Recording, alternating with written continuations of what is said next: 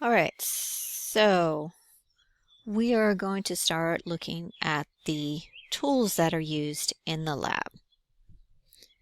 Last time we were talking about how to culture the microorganisms and get them to grow in the lab, and now we want to be able to view the organisms that we have been culturing. So to give us kind of a point of reference of how small these microorganisms are and the tools that we need in order to be able to view something that small, let's kind of do a brief overview of the metric system here. So a major advantage of the metric system is that the units are related to each other by factors of 10. So hopefully most of you can kind of envision in your mind what a meter looks like. So 1 meter is equal to, as it shows here in the table, 10 decimeters or 100 centimeters or 1,000 microliters, or excuse me, millimeters. So 1 meter, right, is 1,000 millimeters. Now the microorganisms and their components are even smaller. So we need to look at micrometers and nanometers as the units of measurement that we're going to be using when looking at these microorganisms. So a micrometer is basically 1/1,000,000th of a meter versus nanometers, which are 1/1,000,000,000th of a meter.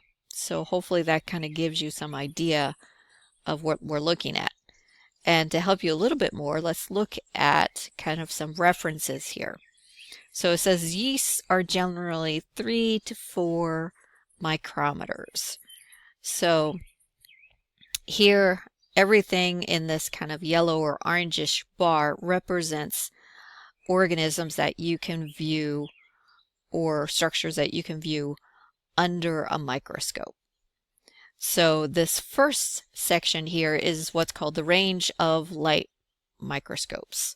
So it goes from 100 micrometers down to 1 micrometer is the range of a light microscope.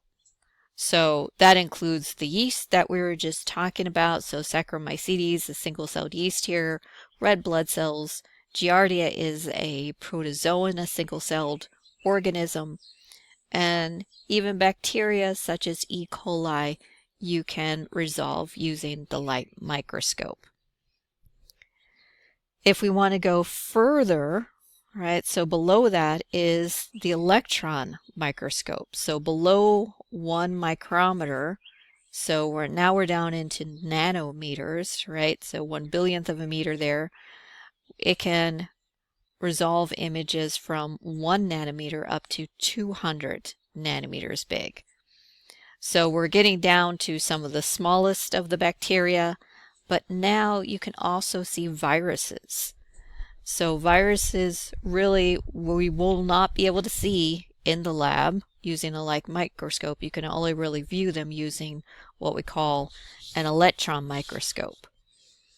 So electron microscopes use a beam of electrons instead of using light, right? Like our light microscope, excuse me. The resolving power of an electron microscope is far greater because they use very short wavelengths of electrons. And the wavelength of an electron is basically 1,000 times smaller than that of visible light. So images a lot of times tend to be black and white, but you can have them colorized by a computer as well. So I just wanted to show you kind of, this is an image from a transmission electron microscope. So basically a thin slice of a specimen is placed on what is a copper mesh grid. And with a transmission electron microscope, you're getting kind of a slice through something so you can see inside of a cell, versus what we call a scanning electron microscope, which provides more of a three-dimensional image of the surface of a specimen. So usually with scanning electron microscopes, you're scanning the outside. You kind of see the features, the external features of cells with a scanning electron microscope. So we are going to be using a light microscope in the lab. So this is what we call a compound like light microscope, and we use it for bright field microscopy.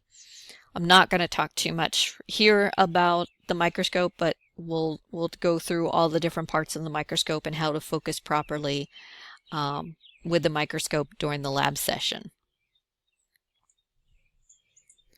Now, most observations of microorganisms are going to use stains to prepare the microorganisms, and the stain helps us to see the microorganisms. So basically we're coloring the microorganisms with a dye that will help to emphasize certain structures. Stains are typically salts, and these salts are composed of both a positive ion and a negative ion, and only one of those ions is colored. And the one that is colored is known as the chromophore. So we can recognize different types of stains or dyes based upon which chromophore has the color, or which part of the salt has the color, whether it's the positive ion or the negative ion. So in basic dyes, the color is due to the positive ion. So the positively charged portion of the dye is colored. In acidic dye, the color is due to the negative ion. So if we consider that bacteria typically hold a negative charge, so a bacterial cell is going to have kind of overall a negative charge, what type of dye would you use to stain a bacterial cell? Would you use a basic dye, or would you use an acidic dye? So if bacteria is negatively charged and you said you would use an acidic dye because it's also negatively charged, sorry, you would be wrong, right? You want to look for the opposite charge.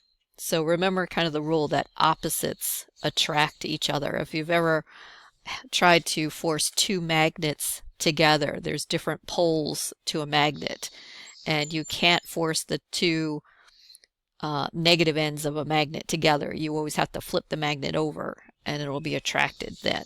So always think that opposites attract. So if the bacteria is negatively charged, it's going to be attracted to a positively charged dye. So that will be your basic dye. All right, so we use basic dyes to dye bacterial cells. So basic dyes are such things as crystal violet, methylene blue, malachite green. They are all basic dyes. Acidic dyes are not attracted to most types of bacteria, and they typically are repelled by the negatively charged bacterial surface. So instead, they tend to stain the background instead. So this helps us to produce what we call negative versus positive staining. So a positive stain is when the dye sticks to the specimen and the specimen is colored by that dye. So we were just talking about staining bacteria, and we use a basic dye to do that. That would be an example of a positive stain where the bacteria would be colored with that dye. If we have a negative stain, right, the negative stain is going to stain the background. So it doesn't stain the specimen at all. It's going to kind of create a silhouette of the microorganism. And that's what you're seeing in this image is a negative stain. So you see kind of this bacillus, and it is clear or it's not colored at all, whereas the background has kind of that bluish darkish color around it. So this is a negative stain. A lot of times nigrosin or India ink are used as a negative stain. So negative stains are good for viewing kind of the overall cell shape, the size of it, also good for helping to view capsules, right, since it provides kind of a contrast against the background.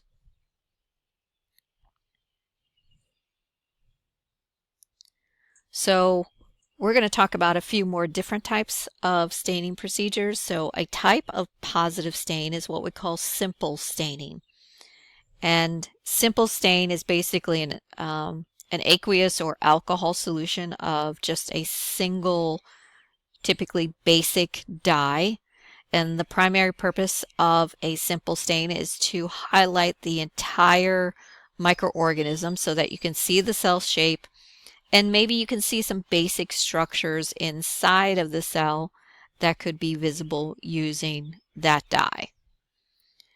So we're just using one dye, and it's going to stain the cell since it's a positive stain.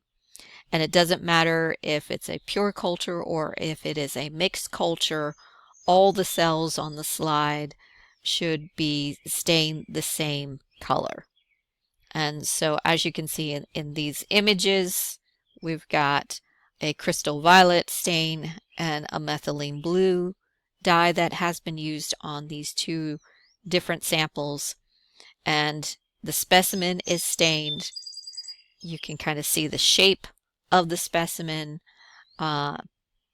and you can kind of see how it might be arranged, right? Whether it's forming chains or not, or whether not necessarily in these images, but whether it's forming clusters. So you can get an idea of the arrangement of the cells relative to each other, just using a simple stain, right?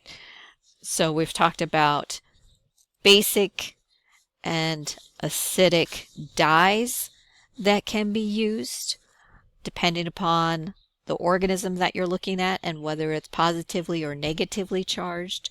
And we know that the stain that is used or the dye that is used should be the opposite of what you are trying to stain. And positive stain is when the microorganism is stained itself, versus the negative stain is when the background is stained. And a type of positive staining procedure is simple staining, where you're using just one dye, and it allows you to see the shape, the size, and the arrangement of the specimen that you're looking at.